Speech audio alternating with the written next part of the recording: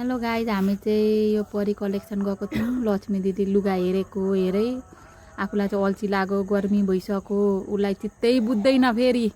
अनि एकछिन यता आए, यसरी देखाए, अल्छी लागेर निदाई। अनि हामी यहाँ रेलवे आयौँ चक्लेट किन्न। उयो रेलवेको दोकान, उता रेलवे स्टेसन छ, उता जाने बाटो।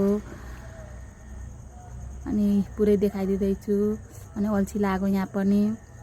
चक्लेट प्याकिङ हुँदैछ लक्ष्मी दिदी आएर। अब अस्ति हामी होलीको बेला गएको, अब उहाँ हेरै होलीको देखाउनु हुँदैछ पिचकारी। अनि हामी किराना पसल आयौँ। हामीले किन्ने किराना पसल चाहिँ यो है गाईजी। यहाँको भाइहरू 10 वर्ष 11 वर्ष भयो कि चिनेको, मजाले चिन्नुहुन्छ। ऊ बाइकहरू हेरिदिनुहुन्छ, यहीँ राख्छु म चाहिँ बाइकहरू पनि, मजाले हेरिदिनुहुन्छ भाइहरूले। अनि भाउजू भन्नुहुन्छ, मजाले चिन्जान्छ। 11 वर्ष भयो यही पसलबाट सामान ल्याएको, त्यही भएर